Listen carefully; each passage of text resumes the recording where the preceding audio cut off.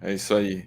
Gabi, eu mandei convite lá no seu WhatsApp para você entrar na live. Não é para entrar por aqui, não. É para entrar lá pelo StreamYard, tá? Tô te esperando lá no YouTube, beleza? Então, pessoal, começando a live Clube do CRI com o meu amigo Marcel Medeiros. Boa noite. Boa noite, pessoal. Sejam todos bem-vindos à live aí do Felipe. Se inscrevam aí, deixe seu like para esse canal atingir mais de 100 mil inscritos até o final do ano. É isso aí, vamos lá. O objetivo é 100 mil inscritos, não sei se no final do ano, mas é por aí. Eu não vou deixar barato, tá? Então, hoje, no final desse vídeo, a gente vai discutir a pergunta da semana. Os FIIs são realmente um conto do vigário? O Barsi falou lá na entrevista que ele deu no Valor Econômico. Eu acho que ele faz mais para É o marketing. dar aquela pegada de fogo, assim, a famosa polêmica, tá? Mas, de toda maneira, tá?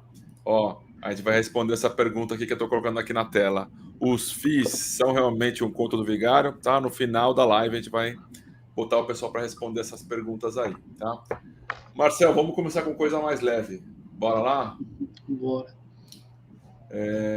Aqui, deixa eu pegar aqui um que dê pra gente... Aí, ó. E o caso do MXRF, como é que tá? Você sabe alguma coisa aí? Você ouviu alguma coisa, Marcel? Que eu saiba, tá parado, né? Aí acho ruim, né? Era para resolver logo esse negócio, que tanto o MXRF fica naquele meio termo, né? E os FOFs, né? Que pode sofrer também. Na época que saiu essa notícia ali em janeiro, de queda aí, teve uns 10% que teve de FOF aí, foi justamente por essa notícia, né? E de lá para cá, pelo menos que eu acompanho, os FOFs estão andando de lado aí, né? De lá para cá. Então seria legal que a CVM logo se manifestasse, né? Para acabar logo com essa dúvida e os FOFs voltem a performar melhor, né? Mas que eu saiba, tá tudo parado. O que eu ouvi dizer, tá, é que tá rolando a CVM tá olhando, né? Então tá dentro do prazo que ela Né? estipulou, e a gente ainda não tem uma resposta efetiva, tá? Mas o que eu ouvi foi isso, tá? Vamos pegar aqui a próxima pergunta. Agora é para pegar, hein? Agora é para começar quente aqui, ó. Então, você que tá lá no Instagram, YouTube, tá? Para saber se um feed CRI, né? Não, aqui é o CRI mesmo. Para saber se um CRI ele é high grade ou high yield, basta olhar a taxa ou tem que ver a estrutura da operação? O cara, olha aí, o pessoal tirando sarro de mim aqui na live. Pô, Bassi, valeu pela mensagem. É uma honra saber que você tá olhando aqui, tá? Eu vou responder essa daqui, tá, Marcel? Pode responder. Então, para saber se um CRI ele é high grade ou high yield, se tem que olhar só a taxa, tem que olhar tudo, né? Eu diria que tem que olhar tudo, tá? Por quê? O que acontece? Às vezes vai ter algum CRI que ele vai ter uma taxa alta, mas as garantias elas não estão devidamente constituídas. Então, o que acontece quando um CRI não tem as garantias devidamente constituídas? Ele pode ter a maior taxa do mundo, ele pode ser até chamado de high yield, mas algumas pessoas olhariam como junk, tá? Como lixo. Então ele pode ter a maior taxa do mundo, porque se der problema, não tem garantia. Então, não adianta nada, tá? Então. Aqui o pessoal tá falando para você colocar o microfone mais perto da boca, tá? Ver se Show. melhora aí. Pronto. Beleza. Valeu, Bacê. Valeu, Bacê. Achei que era uma piada comigo, tá? Então, só a taxa ela não diz nada. E só a estrutura também ela não diz nada. Tem que também ver as garantias, né? E ver o crédito. Então, olhar para um CRI, ele não é um simples olhar. Tem IPCA mais 15, é high yield. Tem IPCA mais 7, é high grade. Porque também pode ter o caso contrário, né, Marcelo? Pode ter o caso É, de um CRI que tem uma taxa super baixa, mas é uma porcaria também, né? Então, assim, isso. só taxa ou só estrutura e só as garantias não dizem nada, tem que ser o conjunto da obra. Quer mandar É. alguma desse tema aí? Então, e fora que, entrando numa questão da garantia, nem toda garantia de um imóvel que tem lá dentro não quer dizer que aquele imóvel é de qualidade, né? Às vezes tem lá alienação fiduciária lá, mas quando você vai ver o imóvel, está numa localização ruim e que acaba não trazendo o retorno esperado para o investidor, né? Então também tem que ter cuidado nisso aí. Ó, tô chamando aqui o pessoal lá pelo Pidicri, para o pessoal poder participar. Beleza, vamos para a próxima pergunta. Essa aqui eu já vou excluir já para a gente não passar por ela de novo, tá? Aqui, ó, outra pergunta boa, Marcelo. Essa aqui eu vou deixar contigo, 100%, tá? Ó, a Beleza. Cacau Parra entrou. Olha, eu desejo uma boa hora para você, tá, Cacau? Aqui, ó, o que acha de performance sobre o CDI e carteira em IPCA? Pessoal que está acompanhando por aqui, lá pelo YouTube, vai para lá, tá? Vai para lá. Manda aí, qual que é o seu entendimento disso, Marcelo? Eu não acho que seria problema, não. Acho que um problema, a mesma questão de taxas, né? Eu não vejo nenhum problema com taxa de fundo. No entanto, que o fundo entrega resultado. Se eu ver que a taxa do fundo lá é 1,5% ao ano, mais que aquele gestor ele entrega resultado, eu não vejo nenhum problema nisso não. E em carteira IPCA também, né? CDI em carteira IPCA, não vejo problema não. Ele entregando resultado, para mim tá ok. O problema é quando não entrega, né? Vamos dizer assim, né? É, o gestor ele vai estar correndo um risco que não é o que ele está se confirmando com o cotista, né? Ele Né? está falando, olha, eu vou performar sobre o CDI, só que eu vou correr risco IPCA, né? Então Né? é um conflito no final do dia também, né? Mas é o que você Uhum. falou, se performar, tanto faz, né? Esse que é o Uhum. importa. Esse que é o que importa. Tem muita gente que Vamos se ver. prende, né? Eu não gosto de me prender a questão de taxa, não. Por que que eu sei que tem uma discussão grande do tema. Por que que você não se prende às taxas de performance e administração? Manda aí. É justamente pelo que eu falei, assim, se o gestor está entregando resultado positivo ali acima do esperado com relação aos seus pares, eu não vejo problema dele ser bem remunerado. Até porque ele está trabalhando ali para a gente, mas quem trabalha quer receber, né? Então não é estar no lado do gestor, nem também estar no lado só do cotista, né? Seria uma mão de via dupla ali, né? Os dois ganhando. Boa. Também acho que tem que pagar bem para quem performa bem, Né? tá? Eu não acho Né? ruim pagar para quem está performando bem, tá? Né? É, Qual a importância aqui? Então, nos proventos pagos dos fundos imobiliários, recebemos amortização da dívida ou somente os juros, né? Então, ele está perguntando dos fundos de CRI, tá? O que acontece quando ele recebe aqueles valores, né? Olha, eu diria o seguinte: do ponto de vista do fundo de CRI, o fundo de CRI está recebendo juros e amortização. Você, como cotista, está recebendo dividendos. Então você não deveria se preocupar pelo ponto de vista somente da sua cota, tá? Para efeito de imposto de renda, etc., isso não vai afetar. Agora, no ponto de vista de analisar o fundo mais profundamente, entender o que está acontecendo, a depender do momento do fundo e a depender do momento do CRI, você está recebendo mais juros ou mais amortização. E se você está recebendo mais amortização, muito provavelmente você está recebendo mais inflação também, tá? Eu fiz 2 lives lá com o Rodrigo Medeiros, falando só isso, só sobre isso. É 1h30 cada uma, são 3 horas falando só sobre esse tema, tá? Então tem pano para manga aí para poder falar do assunto, tá? Marcelo, você que está acompanhando aí, ó, o Edivaldo, faz o favor. Em vez de mandar aqui salve, salve só os mestres, entra lá no link que eu te dei, tá? Eu sei que você está na academia, tá? Mas a live vai prolongar hoje, tá? Entra aí, negão. Beleza, vamos dar sequência aqui, tá? Olha aí, Marcel. Olha que beleza. Em caso de default, um fundo de CRI, tá? Caso de default, geralmente quanto tempo o fundo consegue tomar posse da garantia? Você quer falar do caso lá do XPGA Não ia falar ou... do MXRF. Manda, isso aí. A do MXRF teve um default lá em 2017. Que é o XPGA, é o XPGA. O XPK, é verdade, São os resquícios.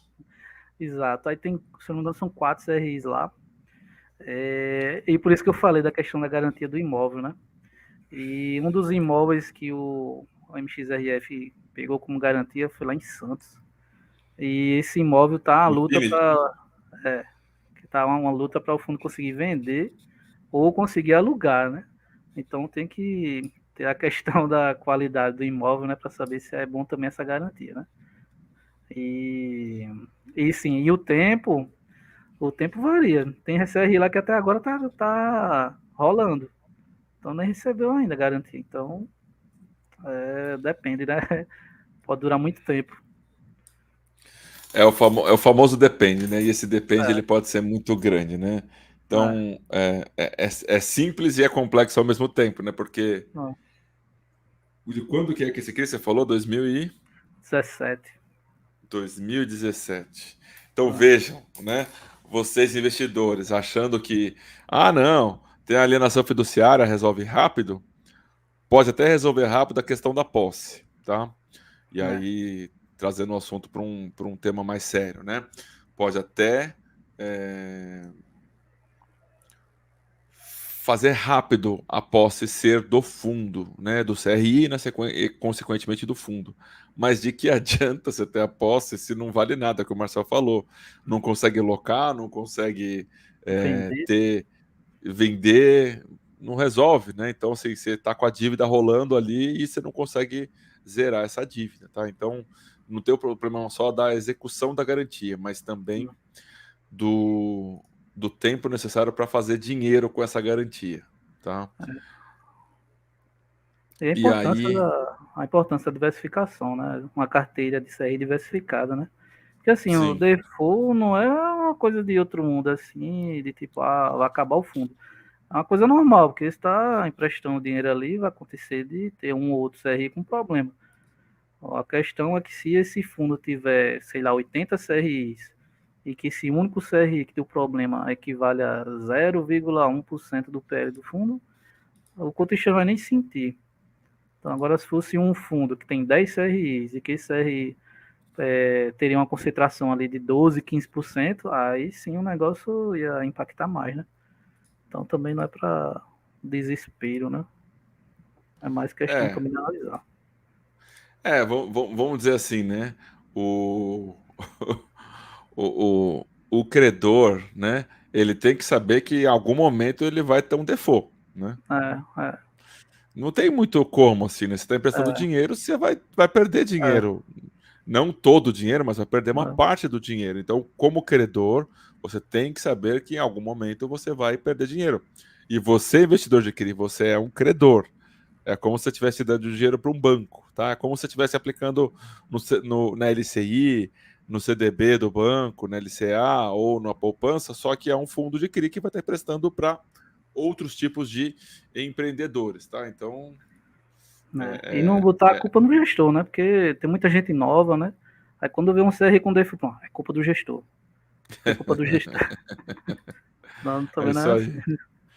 Isso aí, ó. Galera, vai deixando suas perguntas aqui, tá? Você que tá me vendo aqui lá pelo Instagram, eu tô lá no YouTube. Deixem suas perguntas, tá? Com para ficar fácil de encontrar depois, pergunta, tá? E a pessoa tá perguntando aqui, quais normalmente são as garantias dos CRIs, né? Então eu vou passar aqui por cima, tá, Marcel? E aí, se tiver alguma é, é, alguma ideia aí, me avisa, tá? De alguma Beleza. melhoria, tá bom? Então a gente vamos separar em dois tipos de garantias, tá? Tem garantias estruturais e tem garantias que são realmente garantias, tá? Vocês vão entender daqui a pouco. Então a gente vai ter uma alienação fiduciária. Alienação fiduciária, o que ela pode ser, tá? ela pode ser do imóvel, né? Então a gente vai ter a alienação fiduciária do imóvel. A gente pode ter a cessão fiduciária, que é quando eu tenho efetivamente a posse dos recebíveis, tá? E eu posso ter garantias estruturais, por exemplo, uma subordinação, por exemplo, uma estrutura que eu analise os recebíveis contra a PMT do mês, o pagamento que vai ter no mês, o saldo do devedor dos recebíveis que sejam adimplentes acima de 90 dias contra o saldo devedor do CRI. São gatilhos que são garantias, mas são garantias estruturais, tá? Não são garantias efetivamente de garantias tangíveis, né? Você vai ter uma estrutura que vai dar uma garantia para você. Tem alguma importante que eu estou esquecendo aí, Marcelo? Não, acho que tem um complementozinho que seria, uns colocam, né, PMTs, né, como garantia também. Você coloca 2 PMTs, garantia. Fundo de reserva, né? Fundo de reserva como garantias. Perfeito. Muito bem. Tem também... Para dar daquele suspiro, né? Se acontecer alguma coisa, tem um suspiro para dar. Tem também a questão do cascateamento, né? A subordinação lá. Que dá para a gente ter um certo parâmetro também de métrica de garantia, né? Que se for um fundo que tem só o CRI sênior, é melhor do que ter só subordinada, né? Que aí o risco ia ser bem maior, né? Porque numa caso de inadimplência era o primeiro a apanhar, seria a cota subordinada, né? Aí seria um problema. Por isso que para mim, querendo sem querer citar nome de fundo, mas vou citar, o TOD, ele tem uma exposição grande em cotas subordinadas, né? Sim. Aí isso traz um certo risco, né, na carteira do fundo, então tem que saber medir, né, esse risco. Isso aí. Eu vou soltar um vídeo que já está pronto já na sexta-feira, tá? Não, acho que é amanhã. Solta amanhã, 5h45, um vídeo falando o que são as séries subordinadas, tá? Kiko Irano, boa noite, muitíssimo bem-vindo. Boa noite, estão me ouvindo bem aí? Perfeito. Pessoal, muito... que bom essa reunião das quartas-feiras aí, muito bom a gente estar aqui para bater esse papo. Eu não estava acompanhando antes, porque eu estava em sala de aula. Eu terminou a sala de aula, só tomei um cafezinho e sentando aqui para poder bater esse papo com vocês. Aí, vamos ver quais são as pautas de hoje. Falando sobre esse seu vídeo aí, eu estou até ansioso para dar uma olhada lá, porque cada vez que eu vejo um vídeo seu explicando melhor os CRAs, eu aprendo mais, CRIs ou CRAs, os certificados de recebíveis de modo geral, eu acabo aprendendo mais ainda. Muito bom mesmo essas explicações que você está trazendo para a gente, Felipe. Valeu, Kiko. É isso aí. Estamos procurando fazer o melhor, tá? Aí, Kiko, o que o pessoal chamou aqui mais cedo, ó? E o caso do MXRF, como é que está? Você está acompanhando alguma coisa desse caso aí, o que você tem visto lá nos bate-papos? Eu só, a última notícia que eu tenho é aquele movimento dos estudos, né? Foram mais de 60, se eu não me engano, que foram diretamente à CVM lá explicar melhor esse fato. Que diferente de algumas pessoas dizendo que o fato é exclusivo do MXRF11, todas as gestoras sabem que não é. Que tem uma parte pequena específica do MXRF11, que teoricamente ele já até se resolveu em relação a isso, né? Mas aquele entendimento lá, se a CVM bater o martelo, vai ser um problema, seria um problema, eu não diria um problema, né? Mas eu ia ter que mudar algumas coisas.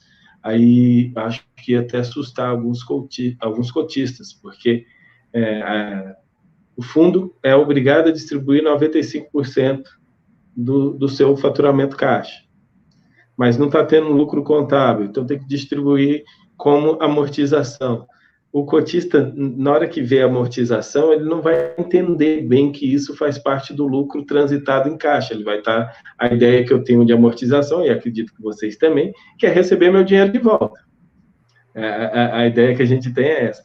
Então, isso seria um susto no cotista de estar recebendo amortização em vez de proventos. Eu confesso que quem tem cotas e não está nem aí para girar ou coisa assim, só quer saber de receber a grana lá e ficar utilizando, tudo faz, né? Está recebendo, não importa se veio no formato de proventos ou no formato de amortização, que é mais ou menos o meu pensamento em relação ao MXRF11, né? Mas eu fico preocupado com os pouquinhos de FOF que eu tenho na carteira. Também. Tiveram alguns fundos, né, que eles vieram com resultado negativo, né? Então esses fundos já estariam na berlinda nesse sentido, né? Não vou falar aqui os nomes, tá? Mas tiveram, acho que se não me engano, foram 5 pelo menos, e que estão nessa situação se enquadrando, né? Bom, assim, na regra de 3, né? Então é realmente uma coisa para prestar atenção, né? Mas assim, e muitos, até foi a fala do próprio Moisés falou assim, não, nós, por sorte, não estamos enquadrados, porque nós nunca tivemos essa preocupação de olhar se tinha lucro contábil ou não, sempre distribuindo 95%. Então, grande maioria não teve essa preocupação quando distribuiu, e essa, que alguns chegaram a dizer que não, já era uma regra da CVM, não, isso é novidade mesmo que a CVM, vou usar o termo inventou, tá, gente? Inventou, e agora ela tem que resolver esse problema. Só que, infelizmente, fica essa dúvida, né? O pessoal vai sempre ficar com o pé atrás, ainda mais com o meu querido MXRF11. O pessoal ainda vai ficar com essa dúvida aí. Senão, acho que ele já estaria, a cotação já tinha ido embora. Que bom que não foi, dá tempo de eu comprar mais um pouco. É isso aí. Tamo lá no YouTube, no meu canal, tá? Vocês estão me acompanhando aqui no Instagram, vamos lá pelo YouTube, tá? É isso, tá? Estou plenamente de acordo, tá, Kiko? Eu vejo que... deixa eu até voltar a pergunta aqui para a gente saber aqui qual que é o tema que a gente está falando.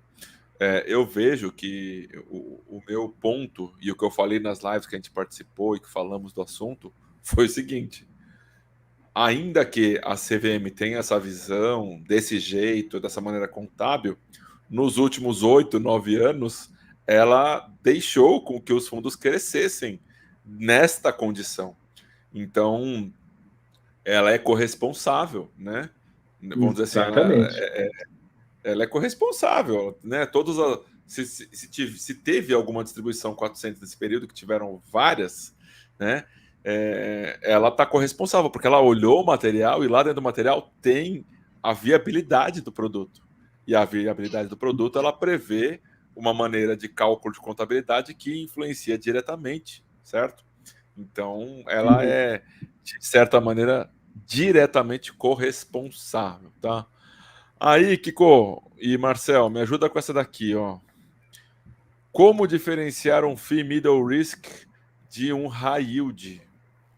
Onde fica essa linha, se é que ela existe? Quer responder, Kiko, primeiro? Olha, porque ela é bem subjetiva, né? Eu gosto de dizer, é middle risk, é high yield, é high grade, eu gosto de determinar isso. Mas o ideal mesmo seria que a gente tivesse alguma entidade, alguma pessoa, quando eu falo entidade, vamos dizer, classificação de risco ou algo assim para os fundos, mas não tem para os fundos, mas tem para os papéis que o fundo investe. Então, baseado naquela classificação dos papéis que o fundo investe, é que eu consigo classificar, para mim, se ele é middle risk ou high yield. Ou, na verdade, eu basicamente, crédito corporativo fica mais próximo de high grade. Crédito pulverizado, mais próximo de high yield. Para mim é bem simples nesse sentido. Talvez não seja só isso. Tem alguns high yields que são corporativos, mas em questão de preocupar com...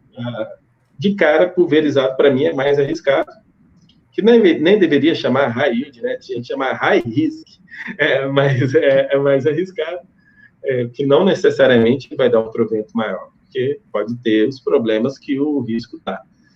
Então, olha isso. Aí, o middle risk seria aquele cara que tem eu classifico o middle risk, aquele cara que tem mais ou menos uns 60%, 70% da carteira em crédito corporativo e tem de 20% a 40% aí, um terço em pulverizados. Aí eu já classifico ele como middle risk, mas às vezes o cara tem só 15% lá de pulverizado, eu também classifico como middle risk. Para eu falar que ele é high grade, tem que ser tudo corporativo. Que aí eu digo, ele é high grade. É bem isso aí que o Kiko falou, né? Porque, por exemplo, quem é mais fácil ficar inadimplente? Pessoa física ou uma RMV da vida? Aí a probabilidade de risco de crédito seria para os pulverizados ali, os multipropriedades, os loteamentos, né, como falei. Então, se você pegar esse segmento mais a taxa, aí dá para você trazer o high yield, né, que o pessoal chama, que eu chamo de low grade, né, que é a segurança baixa ali. Já o mid risk aí seria também na linha que o Kiko falou, aquele meio termo, tanto como segmento, como também da taxa, né? Geralmente a taxa dos mid risks ali que eu analisei das carteiras, né, fica ali entre 7% e 10% ali, né, de IPCA, e CDI fica na faixa ali de CD mais 5, mais ou menos isso, CD mais 4. Então vai muito nessa linha, tanto do segmento como da taxa, né? Você pegar IPCA mais 17 no de loteamento, ou 17 ali multipropriedade, aí traz um risco bem maior, né? Então a garantia, existe também o problema da garantia, né? Que muitas vezes a garantia não são boas ali, demora muito. Então é bem complexo, né? Você definir, não tem uma métrica correta ali, né? Como o Kiko falou. De ter, se tivesse, né, algo que definisse, fundo de loteamento, CRI de loteamento é high yield, CRI de corporativo é high grade. Aí seria mais legal de você conseguir fazer isso. Tô aproveitando aqui para postar no meu Instagram, tá? Que o pessoal não estava conseguindo entrar na live. Você falou, né, Marcelo? Não estava aparecendo lá como live, né? As pessoas não estão conseguindo encontrar mesmo. Eu estou compartilhando aqui no meu Instagram, tá? Você ia complementar, Kiko, por favor. Assim, não, é porque ultimamente, já que ficou muito evidente os high yields ultimamente, eu acho que a gente já vai ter classificações diferentes ainda. Nós vamos ter classificações como high yield e high yield. Não, então eu vou dizer high risk e high yield. Porque, assim, fazendo uma análise, porque o HCTR, ele acabou dando muita polêmica, né? Porque, na verdade, uma polêmica que o pessoal estava descobrindo o que já era evidente. Eu não estou falando que porque o provento caiu, porque isso não. Ele é um fundo de risco. Pronto. Mas, tanto que o pessoal está, vamos dizer assim, demoniando o circuito de compras. Agora, gente, CRI de imóvel pronto é mais seguro do que CRI de imóvel na planta. Então, o circuito de compra, você pode ver até que a taxa dele não é elevada. A sênior dele, a cota sênior dele é IPCA mais 8, 7,5, eu acho, 7,5. Não é elevada, porque ele é até seguro, entre aspas. Pode dar problema? Porque pode dar problema. Pode dar problema até vamos dizer, o CRI da Globo lá. Pode dar problema, mas é mais seguro. É um corporativo, é isso, aquilo. É mais seguro, a taxa é menor. Isso. Agora, tem do grupo em si, do Hectare, do Deva, tem CRIs lá de obras que eles ainda estão em projetos. Tem CRI de obra que está em projeto. CRI de obra que não tem nada. Mas é porque é normal. Custa fazer o projeto também. Os caras já estão... mas eles não pegam já o dinheiro da obra inteira. Vão fazer uma obra de 500 milhões de reais, eles não captam já no CRI 500 milhões de reais. Eles vão lá e captam, emite um CRIzinho lá de 20 milhões de reais para comprar o terreno, para poder pagar o arquiteto que vai fazer o negócio, isso e aquilo. E e a obra está só um mato. Tem CRI. Esses CRI, sim, são muito mais perigosos, porque pode acontecer alguma coisa e dar errado. Agora, o circuito de compra, eu já classifico, se é obra pronta. Na pior das hipóteses, fica com a obra. Agora, se não construiu, vai acontecer igual o MXRF11, por aí, tem 4 defaults, né? Acho legal o MXRF11, que tem exemplo de tudo dentro dele.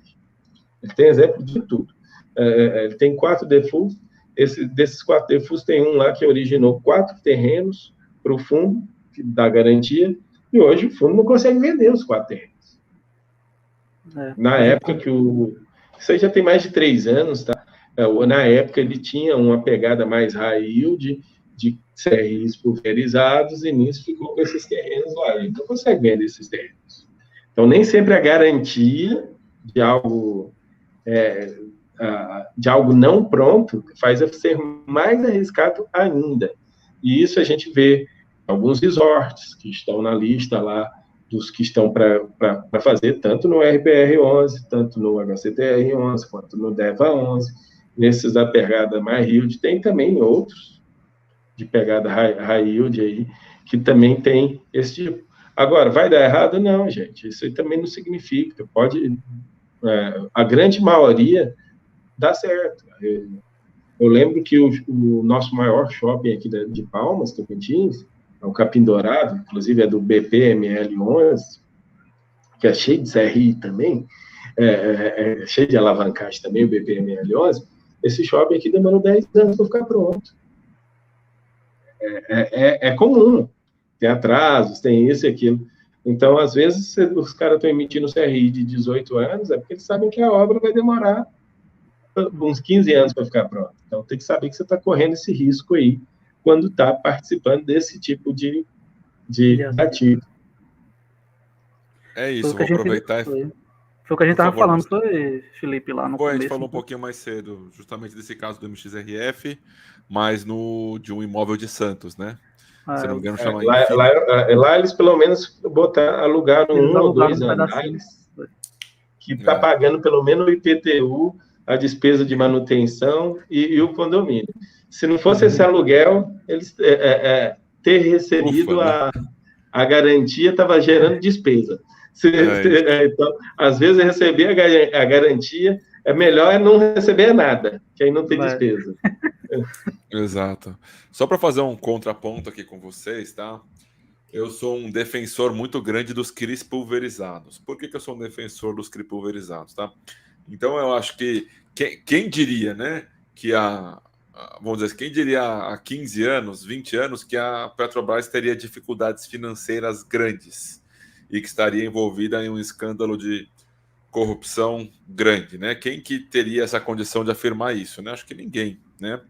E aí, assim, quando eu falo do exemplo, né, o que é mais fácil? Uma grande empresa ela quebrar ou 1.000 pessoas quebrarem também, se tiver diversificação geográfica, diversificação de profissões, diversificação diversas, né? Então, eu acho que é mais fácil uma empresa quebrar, mesmo ela sendo grande, do que uma pessoa, um grupo de 1.000 pessoas quebrarem ao mesmo tempo. E aí o CRI pulverizado ele tem essa possibilidade de ter a subordinação ou até uma mezanino. Então, é que hoje, né, tem alguns fundos que têm a prática de comprar a subordinada e a mezanino, né? Mas se você for olhar lá atrás, há 4, 5 anos atrás, tinham 2 fundos que tinham séries subordinadas. 2 fundos grandes. Era o Veritá e o XP Gaia Logic, que foi feita a fusão com o MXRF, né? E as séries subordinadas que estavam... também tinha o FEX, tá? Da XP. O FEX também tinha algumas séries subordinadas lá na carteira dele. Tá? Então eram 3 fundos que tinham séries subordinadas, e as séries subordinadas, até onde eu consegui acompanhar, a maioria deu problema, tá? E alguns até a série sênior também, porque eram CRIs que a qualidade não era tão boa no geral, tá? Mas o que eu estou querendo trazer é, se o CRI é bem estruturado, a série sênior ela aguenta, ela suporta uma perda que num caso de um corporativo não teria como, né? Porque é binário, né? Ou a empresa quebra, ou ela está de pé, né? Só não tem, assim, meio termo, né? Se é um CRI só corporativo sem garantias. E, no entanto, um CRI pulverizado que tenha vamos dizer assim, uma estrutura adequada de cascateamento, bem acompanhado, etc., ele pode ser mais seguro, tá? Então, aqui só fazendo um contraponto, não estou falando que vocês estão errados, nem que eu estou certo, tá? É uma visão diferente, tá bom? Aí aqui, ó, o Felipe Pereira está perguntando: existe mais falta de pagamento de CRIs ou vacância de tijolo? E aí, Kiko, qual que é? Vacância de tijolo. Porque é raro inadimplência de CRIs nos fundos imobiliários. É raro. Tem inadimplência do devedor, tipo no caso de um pulverizado, do devedor para o CRI, mas não tem inadimplência do CRI para o fundo de investimento imobiliário. Eu não lembro nenhuma aqui agora para dizer para vocês que aconteceu nos últimos 2 anos. Nos últimos 2 anos não teve mesmo. Não lembro de nenhuma. Teve assim, o caso do Hotel Vogue, né? Que estava no hotel, que está no FLM CR, é esse que eu não como é que é o nome? FLCR 11? FLCR e no Mauá MCCI, isso. Mas ele não deu problema, né? Ele tinha ali um fundo de reserva de 3 ou 4 meses. Exato, que a grande maioria mesmo tem, né? O fundo de reserva ele não foi utilizado, né? Mesmo o fundo de reserva ele não foi utilizado. Marcel, algum ponto aí? Assim, isso que é curioso, né? A gente fala que eu já classifico quando está aqui tijolo e está papel, eu já classifico papel como mais arriscado, mas nos últimos 3 anos eu não lembro de nenhum dando problema, nenhum tem inadimplência. Nenhum mesmo, eu não lembro nos últimos 3 anos. Então, se tiver, que está fugindo da minha memória. Mas eu não lembro nenhum, assim, para dizer assim, esse papel aqui foi pro saco. Nenhum. Agora, tijolos, nós passamos aí, por esse período aí, sofreu bastante a pandemia. Mas eu estava dando uma reparada, aí isso é até legal, para os papéis high yields, eles sofrem mais com a inflação alta. Em termos, o resultado acaba não sobe proporcionalmente igual à inflação. Até quero fazer um estudo depois para mostrar isso, enquanto os high grades sobe. No período que a inflação está baixa, a diferença está bem grande entre o pagamento de um e do outro. Mas com a inflação controlada, não vê. Tanto que a gente vê descontrolada, que é agora, né? Tanto que a gente olha para o KNIP11 e o KNHY11, o KNIP está batendo o KNHY. É interessante isso. Está batendo. A gente olha para fundo.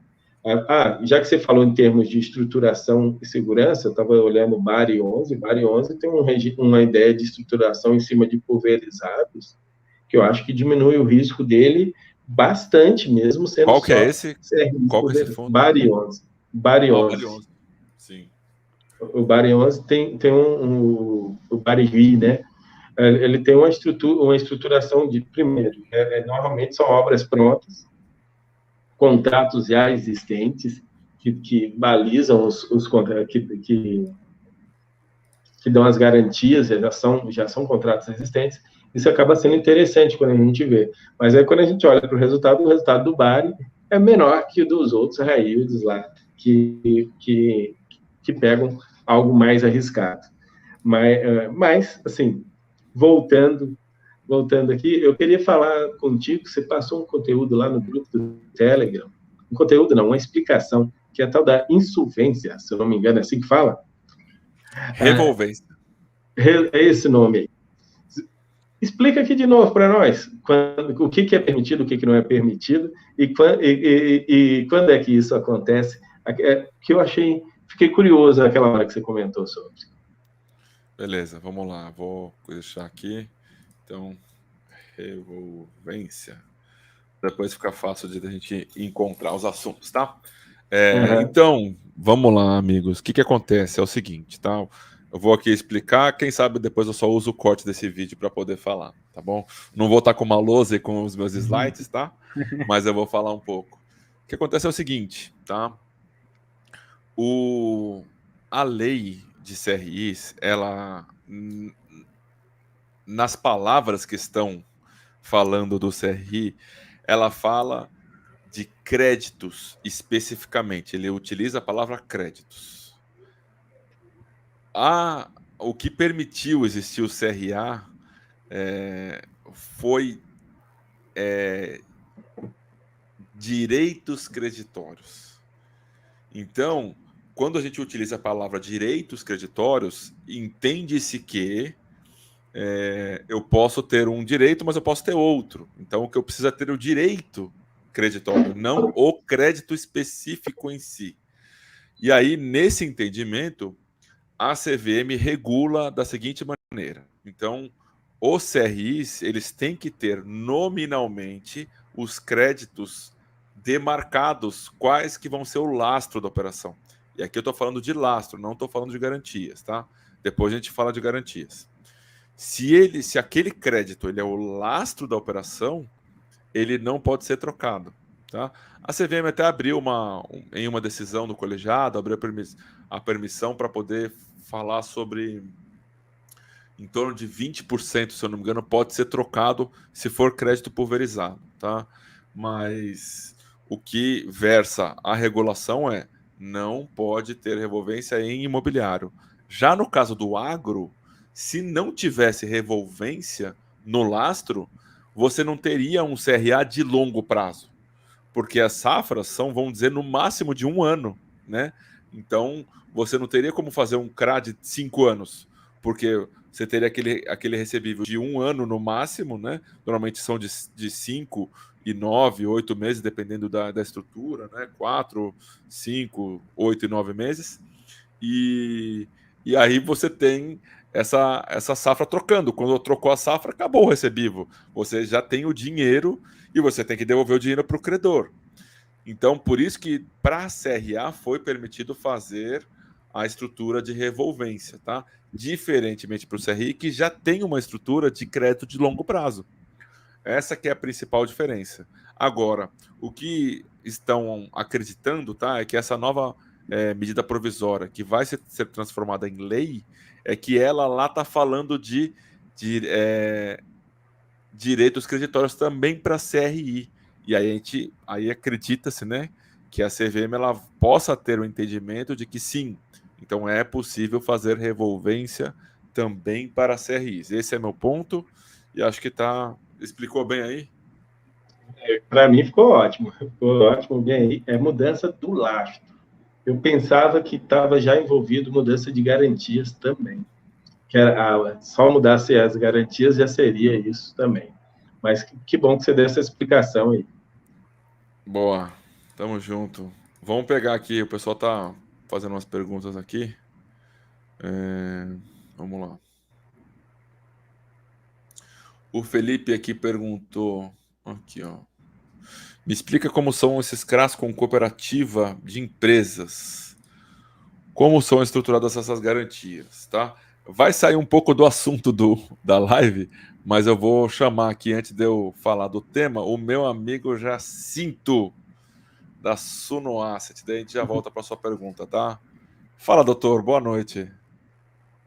Acho que você está com o microfone Opa, agora sim. aí. Tudo bem, Felipe? Boa noite, pessoal. Boa noite, Marcelo. Boa noite, Felipe. Tudo bem? Que honra tê-lo aqui, amigo. Boa noite, Jacinto. Poxa, muito obrigado pelo convite. Sempre um prazer aí prestigiar seu trabalho, o trabalho do Kiko, do Marcel também. Parabéns pelo trabalho para todos. A gente está fazendo um trabalho bastante interessante aí para indústria de fundos imobiliários, né? Não só a FII de CRI, que claro, é a sua especialidade, mas também como todos os outros produtos aí, tipos de fundos imobiliários que a gente tem na indústria.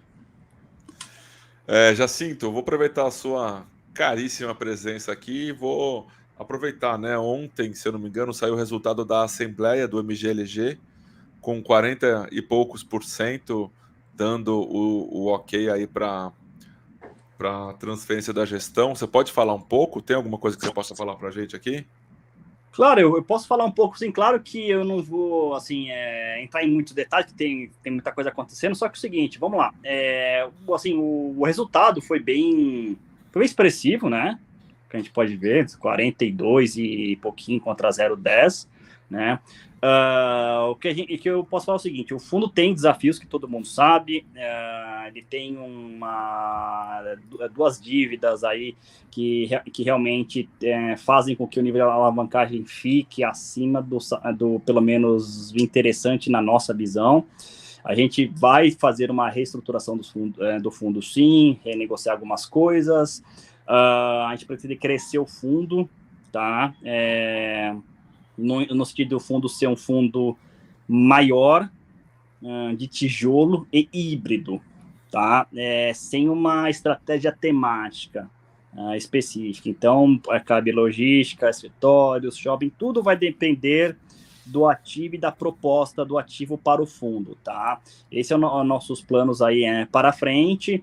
A gente vai começar aí com o MGLG, que foi aprovada, né? E assim a gente consegue, claro, começar a fazer um trabalho de estruturação e também de cogestão, né? Que é muito importante salientar que a gente vai fazer com a MOG no capital também. No início, esse vai ser pelo menos o formato, tá, Felipe?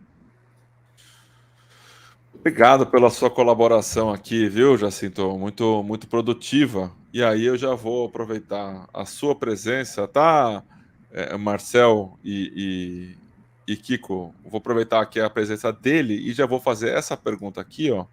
E aí vocês também se sintam à vontade, tá, para falar um pouco do tema também. Então, qualquer pergunta. Eu falei um pouco sobre aquela questão da NTNB versus o rendimento dos fundos imobiliários, tá? Então, qual que foi o comentário que eu fiz, né? Tanto os juros futuros quanto a precificação das NTNBs, elas devem ser consideradas na hora de você comprar um CRI, se você tiver um mínimo de consideração ao que o mercado está fazendo. Jacinto, por favor, fala um pouco da sua visão desse tema. Tem que considerar sim, tá? É o seguinte, só lembrando, tá, que é o seguinte, a gente pega o cupom, né? O cupom o mercado compara muito mais o cupom real da B, seja ela de médio e longo prazo, assim, prefiro lá mais próximo de 10 anos, que é o ciclo existem estudos do século XXI que proporcionam indícios de que o ciclo imobiliário ele tem uma duração próxima de 10 anos. Então, eu procuro aquela B mais próxima de 10 anos, sempre do ano atual, né? Então, que a gente pega sempre o cupom ali real, né? E compara aí com o yield dos fundos imobiliários, tá? Que a gente pressupõe que seja real também. A gente faz a parte dessa premissa e faz essa comparação, né? Então o que a gente vê? Ora, o fundo imobiliário, ele tem que ter um prêmio sobre o cupom real da NTNB. Afinal de contas, é um título de renda variável que tem mais riscos, né? Quando esse prêmio está muito menor do que, por exemplo, a média histórica, a média histórica tende a ser perto de 3, só que é o seguinte, a gente tem que considerar que o IFIX, durante todo esse tempo, ele tem uma presença muito maior de tijolos, né? Sendo que nos 2 últimos anos que isso mudou, né? Hoje a gente tem perto de 40% aí do IFIX de FIIs de recebíveis, tá? Mas, por exemplo, continua o raciocínio, se a gente pegar e ver que, por exemplo, esse cupom está muito baixo, né? Ou seja, poxa, o prêmio que eu tiver de risco para investir num fundo imobiliário, por exemplo, o yield, está baixo, muito provavelmente pode ser um indício de que o fundo esteja caro. É um indício. São indícios para a gente ter uma conclusão de que aquele fundo X ou Y ou Z está caro, né? Mas esse é um dos indícios. É muito importante a gente fazer essa comparação, tá? E também, tá, Felipe, só para concluir, passar a palavra para o Marcel e para o Kiko, é o seguinte, é muito importante a gente ver os ciclos de juros, tá, para fundos imobiliários, tá? Muito importante a gente ver, porque é o seguinte, porque as pessoas, elas tendem a fazer a comparação. Claro que a NTNB é mais aderente, concordo, é a mais aderente, porque tem inflação, enfim, né? É mais aderente, só que a gente precisa também olhar isso, porque o investidor, pessoa física, olha isso, E sempre vai fazer essa comparação. Mas a renda fixa está rendendo mais e rendendo um pouquinho menos e com muito menos riscos. Sim, é verdade. Só que é o seguinte, em momentos assim que a gente está passando agora, a margem de segurança para investir em fundos imobiliários ela é maior. Ela é maior, né? Porque tem bons ativos a bons preços. Não que, por exemplo, em 2019 não era. Em 2019 a margem era muito menor. É diferente. Não quer dizer que era para investir, é diferente. Né? Então, nesse momento, né, que as coisas se invertem e dá mais margem de segurança. Tá? E claro, tem algumas pessoas que migram para renda fixa, ok, mas só precisa saber o motivo dessa migração. Né? Se for uma relação risco-retorno, ok. Agora, se migrar e depois voltar para fundos imobiliários e pegar eles na subida, assim vai pegar uma margem de segurança mais limitada, não? Mas essa é a minha visão. Aí não sei o que o Marcel, o Kiko pensa, pode até colaborar, discordar, fique à vontade, não sou dono da razão, tá? Sempre gosto de ver as pessoas falarem, por favor. Diga aí, meus amados. Vai, Marcel, que você tá um tempão sem falar aí. Acabou com a seca já, manda aí. Então, eu concordo com o Jacinto, acho que tem que ter um preço teto ali, né, no ativo, e um preço mínimo que você tem que entrar ali, né, naquele fundo desejado. Não adianta você entrar num fundo que ele está com uma cotação muito alta ali com o prêmio baixo, né? Então, agora também tem uma contrapartida de você ter um fundo de uma qualidade muito alta, mas a cotação não está ajudando, né? A cotação ainda está um pouco alta no sentido de se comparado o prêmio. Mas como o ciclo imobiliário, no caso dos fundos imobiliários, está baixa, né, em baixa, seria uma oportunidade que ele poderia estar perdendo, né? Então, tem que se ligar nisso na qualidade do ativo em si. Acho que não ficou complicado entender, mas seria de escolher o melhor tipo de fundo. Tem fundos muito bons aí, né, de boas gestoras que estão bem descontados. Se você for botar na ponta do papel, ele não vai bater a NTNB de fato, mas se você pegar o histórico do fundo, ele bate confortavelmente, né? Então, de repente, você pode estar perdendo a oportunidade de comprar um tijolo barato hoje e daqui a 1 ano, 2 anos, esse fundo começa a subir e você acabou perdendo, né? A oportunidade disso aí. Acho que é isso. Kiko, tem alguma coisa a acrescentar do que além desses 2 mestres já falaram aí já? Realmente foram completos aí, né?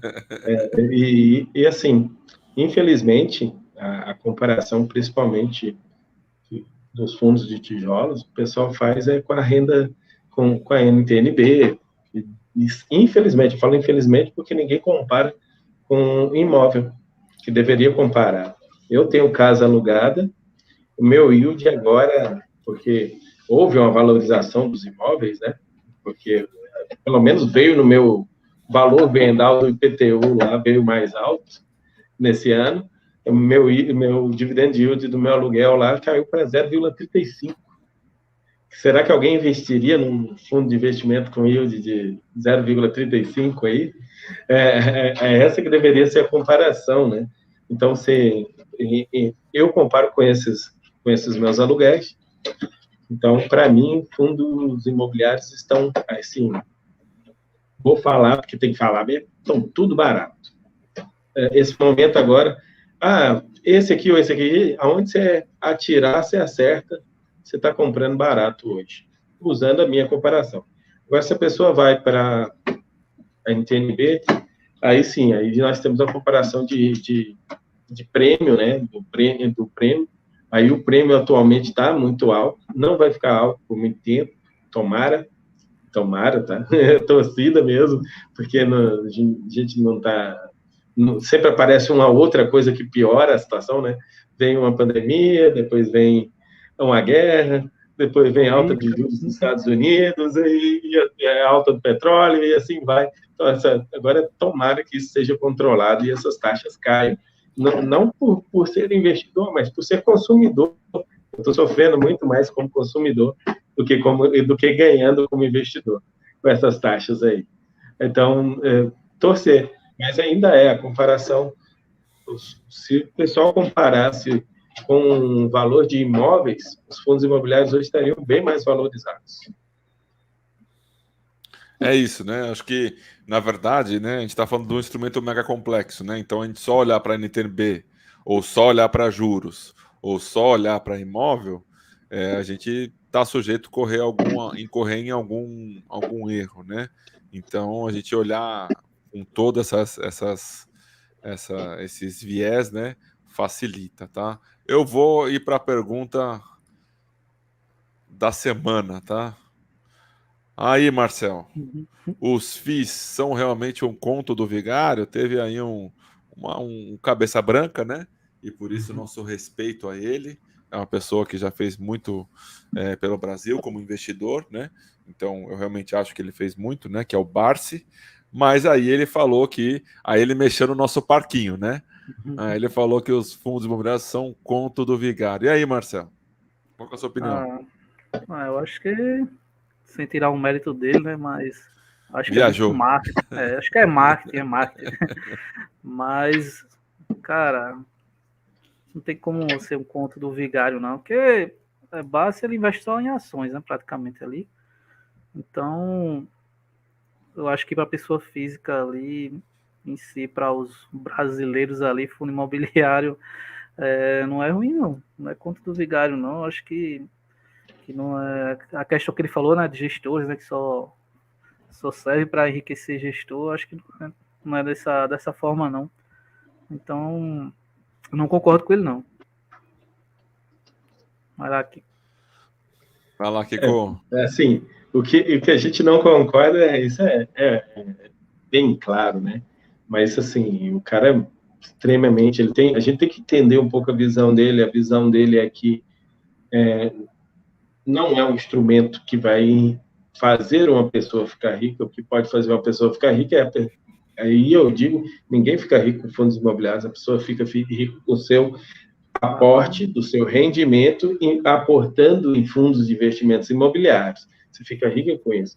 Agora, a ação, você pode dar a sorte de fazer igual ele fez lá, pegar uma por centavos e ela valer R$100.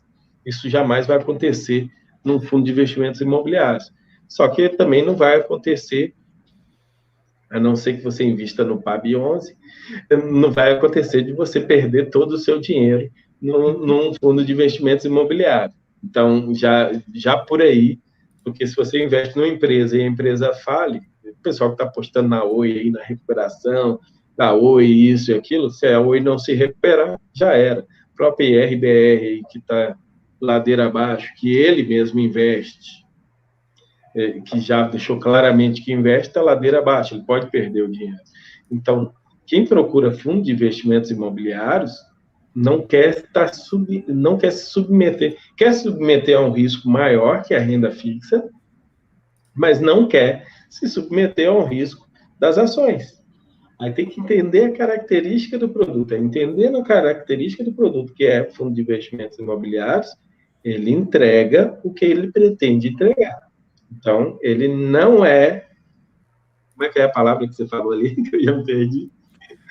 Ele não é o conto do vigário, porque ele entrega aquilo que ele diz que ele vai entregar, que é rendimentos mensais, em cima dos 95% do lucro caixa.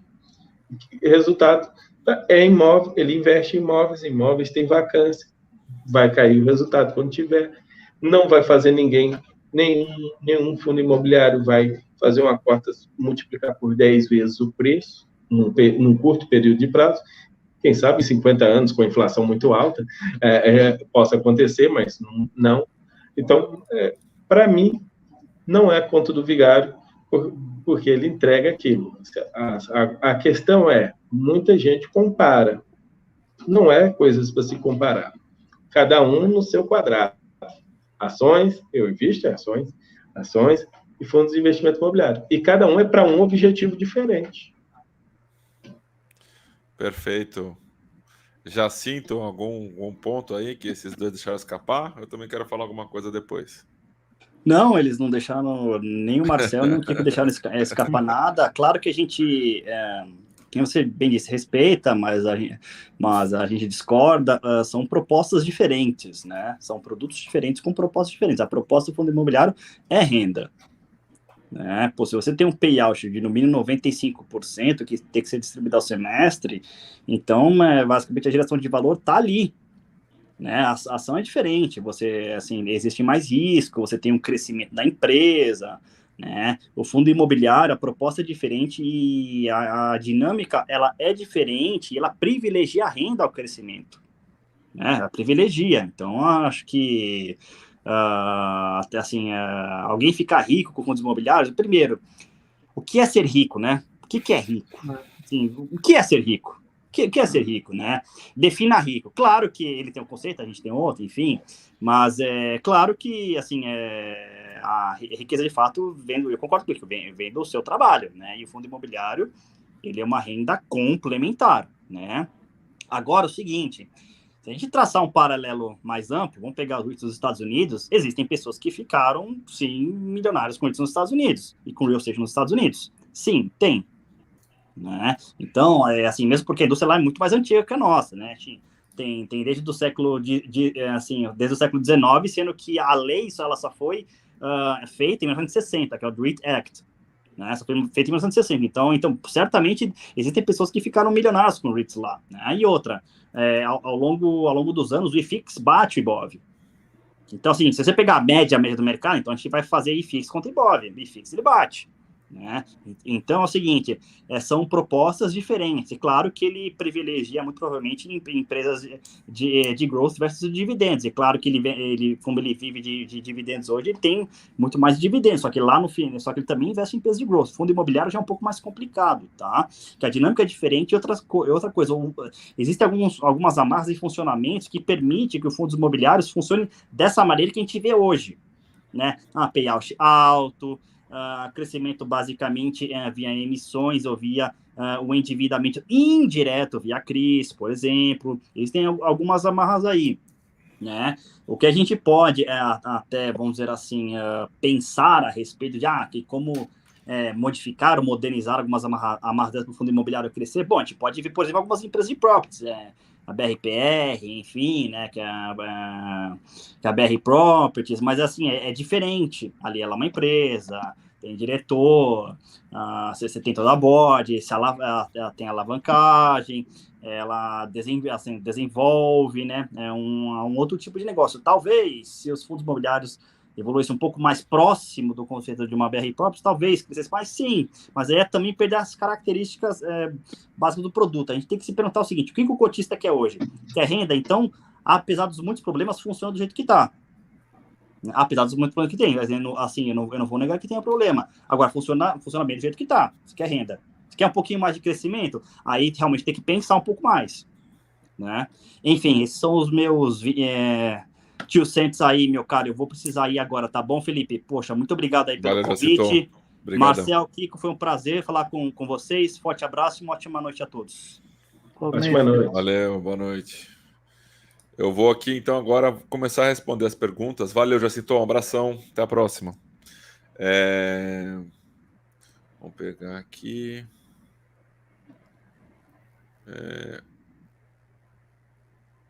Aqui. Então, quais sinais de que um CRI está começando a dar problema? Olha que interessante. Opa, peraí, que entrou uma autoridade aqui que eu não tinha visto. E ele entrou na hora certa. Aí, ó. Aí, Rodrigão, entrou na hora certa. Peraí, deixa eu sair.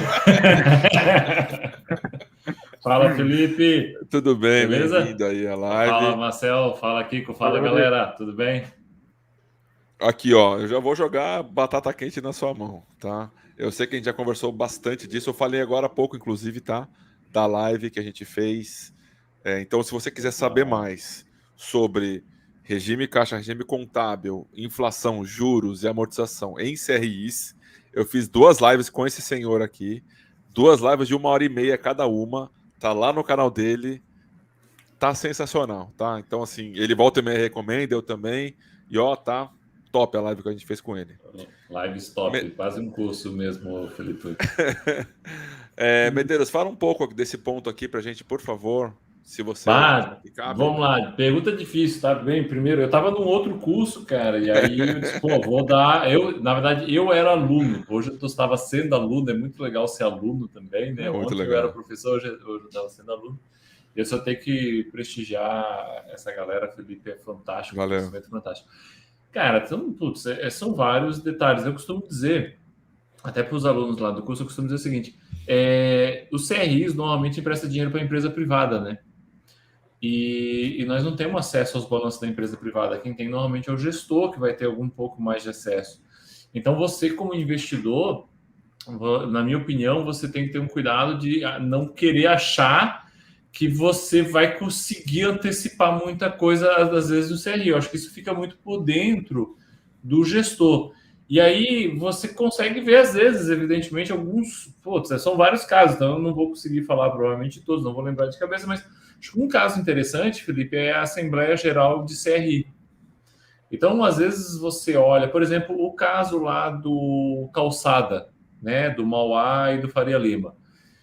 Se você pegar, você teve uma assembleia em setembro do ano passado para declarar o vencimento antecipado do CRI. Estava dando algum problema? Não sei, mas alguma coisa chama atenção, porque foi chamada uma assembleia extraordinária para declarar antecipado o vencimento antecipado. Aí você lê a assembleia, poxa, tem até aviso da securitizadora de que aquilo pode levar uma perda, aquela troca de fluxo de caixa que estava sendo feita poderia levar uma perda aos investidores. E você tem 6 meses e o devedor pede recuperação judicial. Um dos casos que normalmente eu acho que dá para se conseguir verificar se um CRI vai dar problema é isso aí, você começar... Só que você já imaginou, você tem que acompanhar todos os anexos 32 do CRIs, ficar vendo quem fez a assembleia, quem não fez. Então, é um negócio difícil, mas eu acho que seria um ponto assim, para se acompanhar. Outro caso que eu gosto de olhar bastante são as ideias dos pré-pagamentos, né? Então, o CRI, eu tenho um devedor, eu tenho carência de amortização, então eu tenho a carência do principal pagamento. Quando eu vou começar a amortizar, não, peraí, eu vou emitir um novo CRI, 2 vezes o valor daquele CRI, vou pré-pagar o CRI anterior e vou ter mais uma carência de juros, e assim eu vou rodando essa bola. Isso não é um sinal de que vai dar problema, mas é um sinal que eu costumo dizer o seguinte, olha, tem que ter um certo ponto de atenção aqui.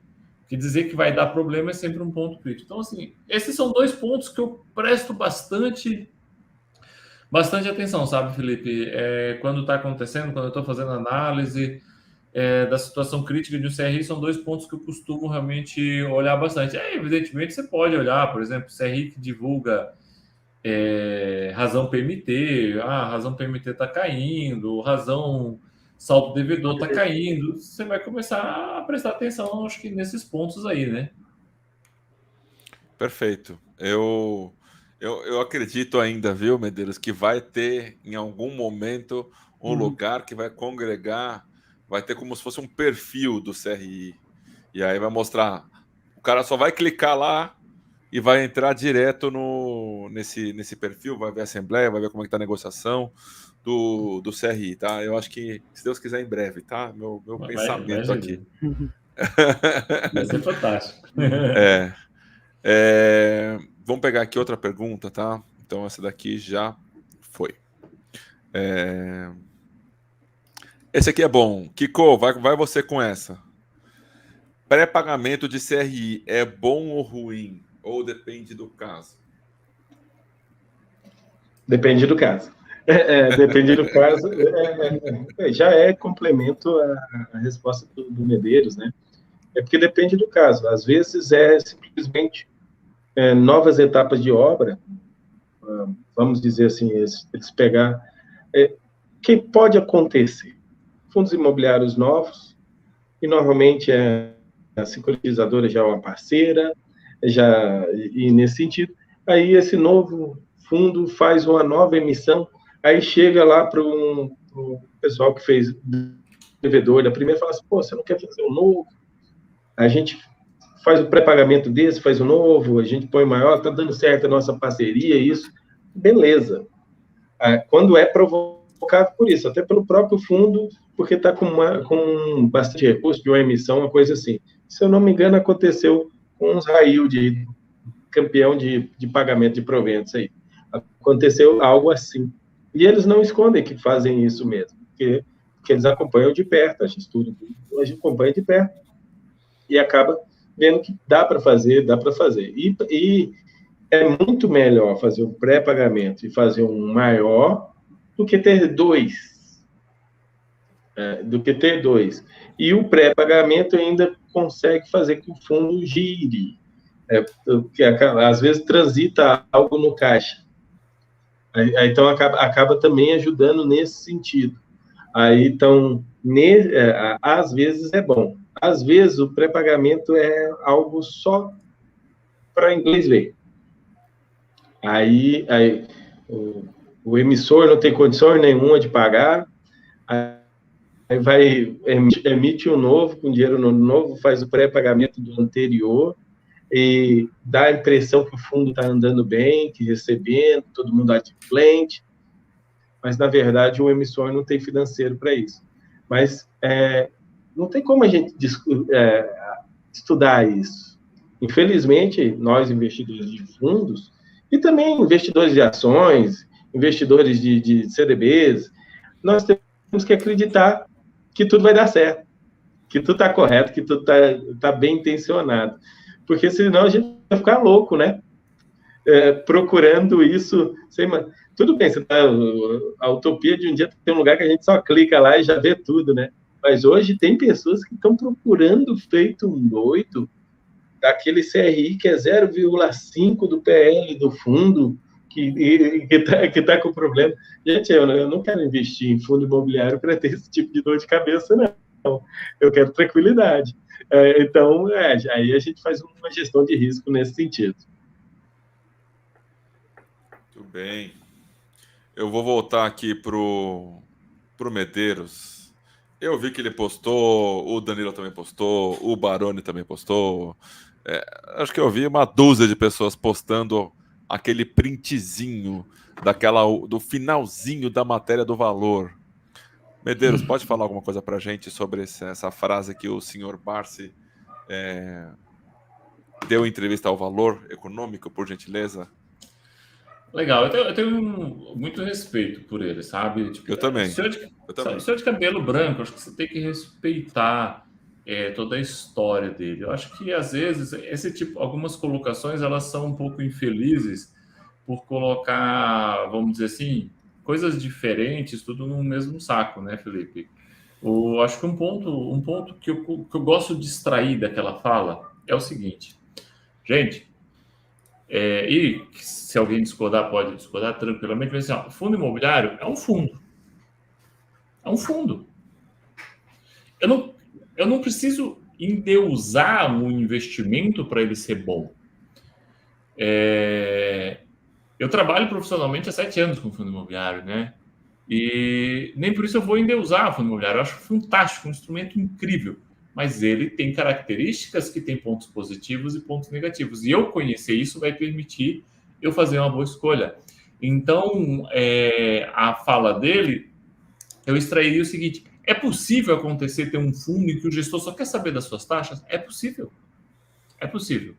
Porque ele é da indústria dos fundos, né? Ele não é uma empresa. E aí eu vou buscar entender melhor o fundo que eu estou comprando.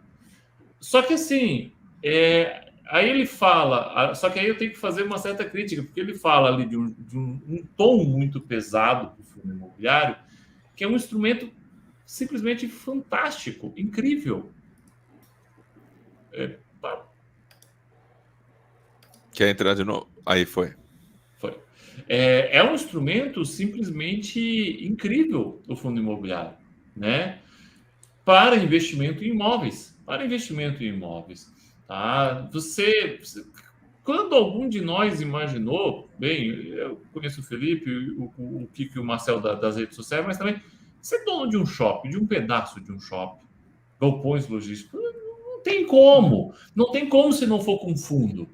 E para o fundo existir, tem que ter um gestor. O investidor ele não pode achar que o gestor ele vai trabalhar de graça. Ninguém trabalha de graça. E aí você pode ir com as ações, porque ele fala, mas assim, por exemplo, ele é um grande acionista de RBR, todo mundo sabe, né, de IRB. E lá você tinha, por exemplo, uma remuneração que gerava um estímulo errado. E o que aconteceu no IRB? Uma fraude. Foi o que acabou acontecendo, foi o que acabou sendo descoberto. Isso pode acontecer num fundo? Pode acontecer. Produtos diferentes, tá? Então, assim, cara, passa longe de ser um conto do vigário. É um instrumento fantástico de investimento em fundo imobiliário. Eu acho que os investidores eles têm que apenas aprender o seguinte: não existe o melhor investimento. Se houvesse o melhor investimento, todo mundo ia para o melhor investimento e ele deixava de ser o melhor investimento por uma coisa óbvia. Aquele negócio ia valorizar tanto que ia deixar de ser o melhor investimento. É uma coisa meio óbvia isso, né? Então, desse ponto, eu gosto muito de extrair os pontos positivos. Então, nesse ponto, assim, eu extraio o ponto positivo da fala dele.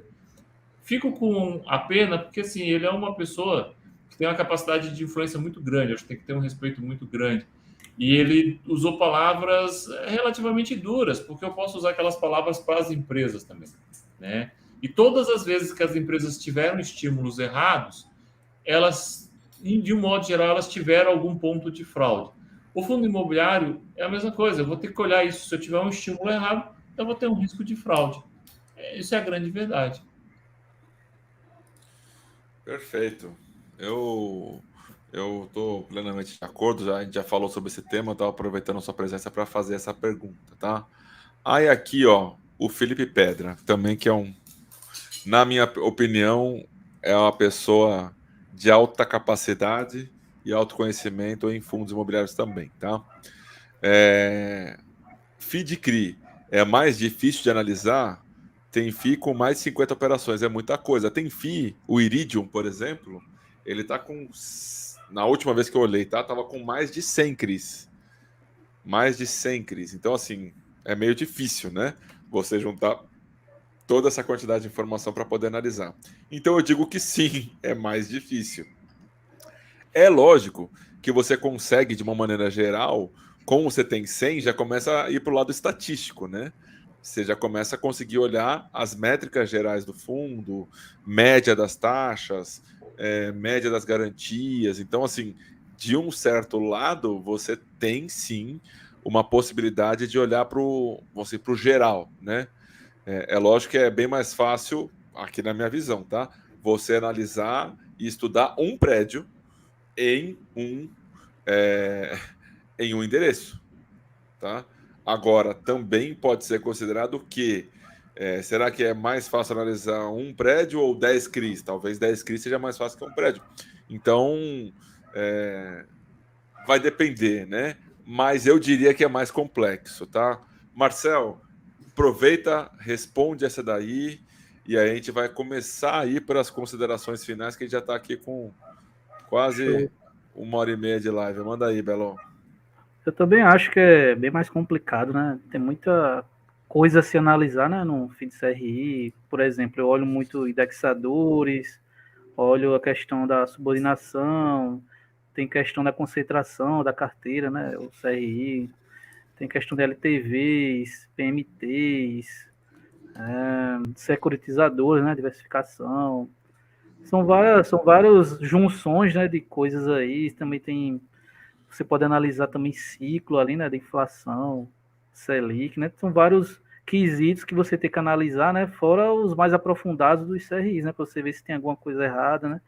O Rodrigo Medeiros, né, falou daqueles gatilhos, né, para você saber o que pode estar de errado, né, no CRI.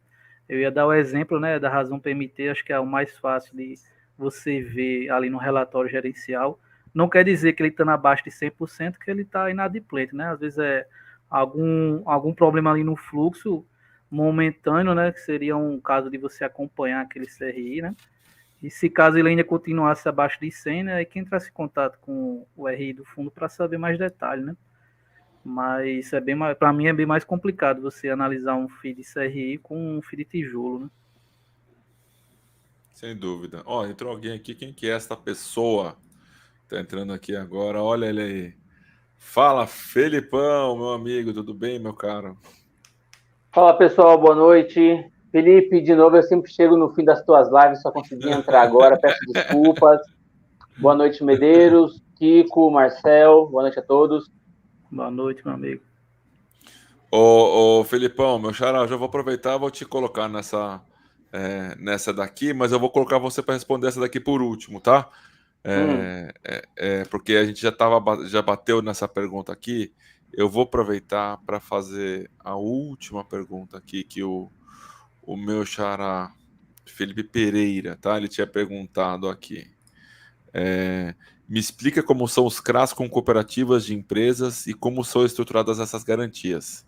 Eu vou falar porque ele é muito igual a um CRI, tá?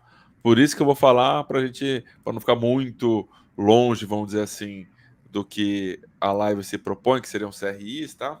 Mas ele é muito semelhante a um CRI pulverizado, né? Então você vai ter diversos devedores ali de baixo sobre um CNPJ, que é uma empresa que está cedendo esses créditos como lastro, e aí você vai ter a revolvência conforme as safras virem. Então você vai ter uma operação de 2, 3 anos, tá? E aí é importante sim saber o crédito da cooperativa, que tem cooperativas mais sérias e cooperativas menos sérias, tá bom? Então só essa condição aqui. Felipão, eu estava já caminhando aqui para a conclusão. Então fala dessa pergunta aqui que a gente está trabalhando essa semana, que foi a frase lá do Parse, né? E aí manda aí a sua visão, e aí já pode mandar também as considerações finais, tá? Porque senão a live vai ficar com 5 horas, depois ninguém vê. Bom, eu peguei, acho que a última pergunta, acho que o tema mais relevante aí, eu não sei se isso é um prêmio ou uma punição, mas vamos lá, essa é cabeluda. Bom, particularmente, a gente é da indústria de fundos imobiliários, a gente entende bem do tema, né, e a gente acha que, pelo menos eu acredito que ele foi infeliz aí nessa colocação, até porque ele usa de único argumento para falar sobre taxas, né, então, assim, que taxa só enriquece ali o gestor e que ele só é proveitoso, né, investir em fundos só acaba sendo proveitoso para gestor e para gestão e não para o cotista. E a gente vê fundos que têm um excelente desempenho, a gente tem muito FII de CRI que bate o CDI no período, mesmo cobrando taxas, né? A gente tem os fundos de tijolo, tiveram um caminho mais difícil, mas vale lembrar que a gente não teve um ciclo imobiliário, né? O nosso ciclo imobiliário, ao longo do tempo, ele foi interrompido. A gente teve, depois veio, bem comecinho da década, 2010, 2011, a gente veio de um final ali de crise de subprime, depois a gente teve crise Dilma, quando as coisas estavam retomando, a gente teve Covid, então o ciclo imobiliário ele é travado várias e várias vezes. Teve um setor específico que ele teve um ciclo imobiliário forte, que a gente vê, que é o logístico, e o setor de logística, ele consegue crescer o estoque, mantém um ritmo de absorção líquida positivo e consegue subir o preço de aluguel. E a gente vê um fundo como a HGLG ter um retorno exemplar, muito acima da inflação, e consegue também, obviamente, subir os dividendos, e o cap rate de valor patrimonial dele é de 9,6%. Então, assim, é um fundo que deixou o cotista, não vou dizer rico, mas deu um retorno muito positivo para o cotista. Aí vai depender do quanto a pessoa aportou. Então, acho que esse fundo de tijolo, embora é uma exceção, de novo, porque a gente não teve um ciclo imobiliário forte no tijolo, essa exceção, ela serve de exemplo para o que a gente tende a ver num ciclo imobiliário virtuoso, que é o que teve nos Estados Unidos com os REITs. E dos fundos de dívida, a gente tem vários fundos de dívida que entregaram muito além do CDI, que entregaram de uma maneira mais eficaz, também bateram o IPCA, e que também quebra essa narrativa dele, mesmo por conta das taxas de administração. Apesar das taxas, eles entregaram mais do que o CDI. Então, eu acho que faz total sentido. E é difícil até a gente ver fundo multimercado de crédito privado de baixa vol bater o desempenho dos nossos FIIs, porque não tem come cotas e também não tem ali as taxas. Então, assim, é mais um ponto positivo dos nossos FIIs de crédito privado em relação até aos multimercados. A vantagem tributária de não ter um come cotas é muito positivo. Falou e disse, muito bem. Agora vamos para as considerações finais. Kiko, vou começar por você, meu amigo. Eu vou repetir quase o que eu falei semana passada, né? É muito bom esse momento aqui de a gente trocar conhecimento, tirar dúvidas, e dúvidas nossas, dúvidas de quem está lá, e trocar ideias, opiniões, legal para a gente poder comentar mais sobre fundos imobiliários de papéis e de fundos imobiliários de modo geral. Sobre mais um complemento sobre o comentário do Barsi, é porque realmente foi também num momento meio ruim, né? Porque as pessoas já estão, a grande maioria com a carteira vermelha, né? Por causa do momento mesmo, que é normal, as altas dos juros futuros, e de repente ele vai e fala isso, aí as pessoas vão só dar mais razão.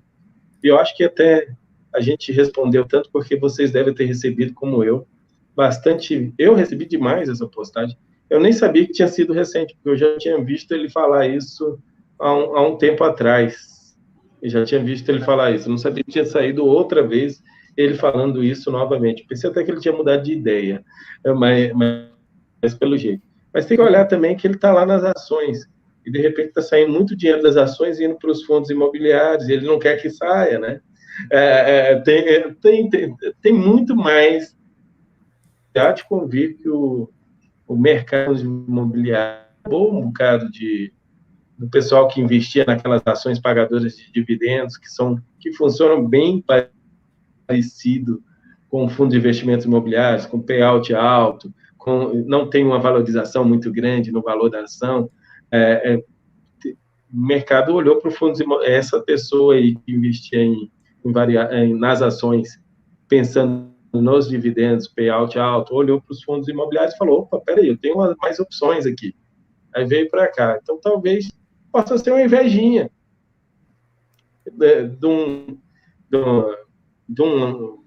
de uma indústria que está crescendo bastante, pode ser um pouquinho.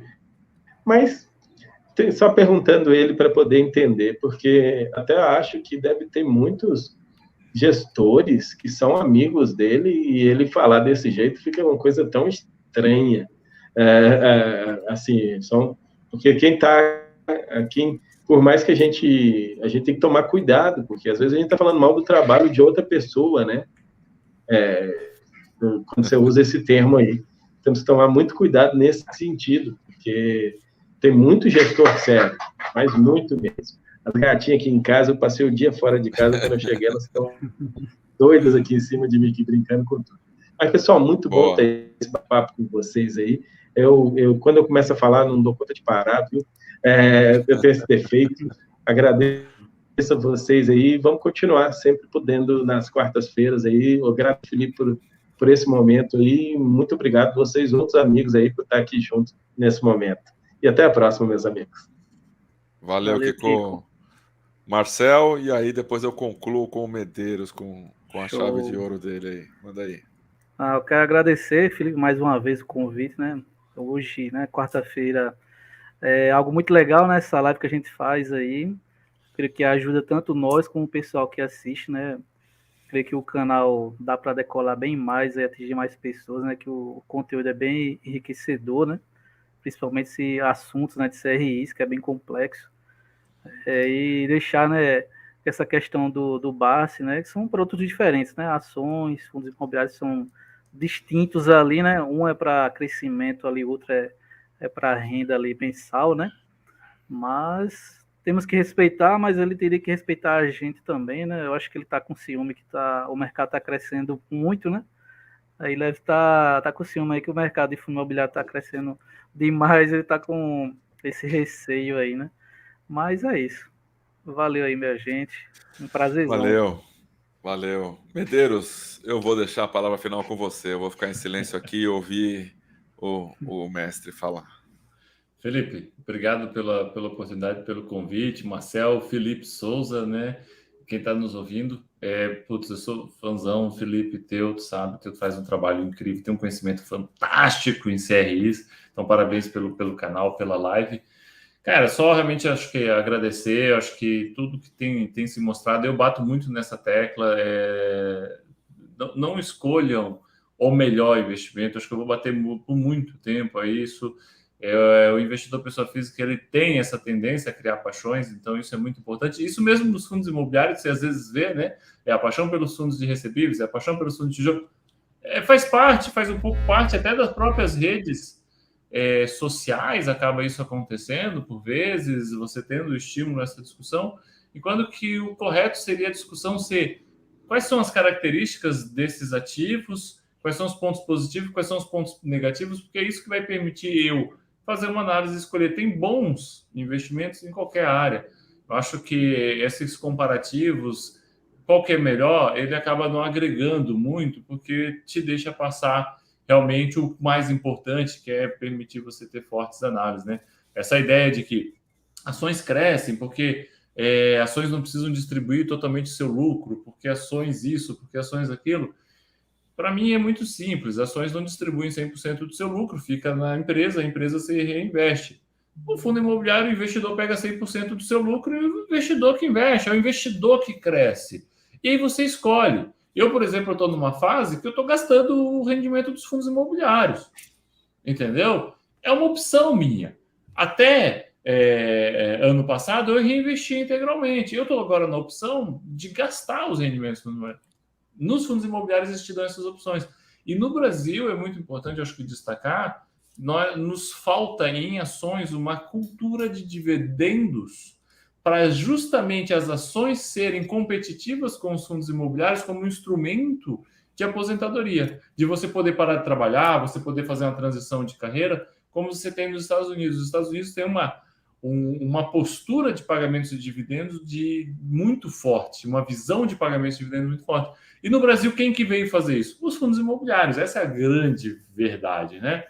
Então, a fala ali do Bassi, ela é um pouco infeliz, eles têm essa defesa, acho que eles fazem uma defesa muito forte contrária a fundos e colocam o fundo imobiliário, um instrumento incrível, no bloco de, como nós tínhamos no passado, né? Os fundões do Bradesco, putz, pagava 3% de taxa, não sobrava nada, você ia ver, perdia para a poupança, né? Mas hoje, no universo de conhecimento, lives como essa, tudo mais, isso não tem mais espaço. Pode surgir? Pode, por isso eu preciso, acho que, conhecer. Então, acho que se eu pudesse falar uma frase final, seria essa, sabe, Felipe? E quem está nos ouvindo, não fique buscando o melhor, busque as características do que você está investindo e dentro do que você consegue. Você consegue investir em ações? Você tem tempo para analisar todas as ações, todos os detalhes que as ações têm? Ou você vai ficar lá olhando só gráfico e achando que você consegue entender o gráfico, né? Então, tem esse ponto também. Então, são muitas nuances. E não dá para você dizer, putz, conto do Vigário é muito pesado. Esse é o ponto que realmente eu tenho que criticar ele. Assim, tenho respeito total por ele, por tudo que ele fez e representa. Mas conto do Vigário você está chamando de vigarista profissionais que eu conheço que são do mais alto nível gabaritado. Pode ter? Pode. Como pode ter ações, né? Aí por isso você precisa entender para poder filtrar. Acho que essa poderia ser, acho que é a frase que eu gostaria de dizer para quem está nos ouvindo já 1h30. E Felipe, mais uma vez, parabéns, sou teu fãzaço. Obrigado aí pelo convite. O Felipe, Marcel também, tá? E forte abraço. Amigos, meu xará, muito obrigado pela presença. Medeiros, valeu. E amanhã, né, toda última Felipe, quinta do mês a gente tem um jantar. Manda aí, Filipão. Só queria falar também uma outra coisa. Enquanto o pessoal falava, eu lembrei aqui de um ponto. E os gestores que zeraram taxa de performance, que reduziram taxa de administração, que fazem emissão praticamente bancando os custos, são bons exemplos, bons novos exemplos. Isso vai totalmente contra a fala dele. E realmente, vigarista foi uma palavra muito pesada. Eu acho que ele quis lacrar, eu acho que ele não quis ser racional, eu acho que ele quis chamar realmente a atenção, que é mais uma jogada de marketing do que qualquer outra coisa. Porque realmente a racionalidade fugiu à palavra dele. É um discurso que vai contra a realidade do que a gente vê. Meu xará, muitíssimo obrigado. Nós nos vemos amanhã no nosso jantar mensal. Medeiros os dois Medeiros, os dois estão convidados quando estiver em São Paulo e for a última quinta do mês, estão mais que convidados para o jantar que a gente tem, tá bom? Fechou, Você quer falar alguma coisa aí, Rodrigo? Não, dia 1º de junho eu estou em São Paulo. Vou dar um jeito de botar a agenda e aí nem que avisa aí. Café com vocês. Avisa aí, fechado. Valeu, Marcel. Um abração a todos. Bom Valeu, restinho tchau. de mês aí. Abração. Valeu, gente. Um abraço. Boa noite.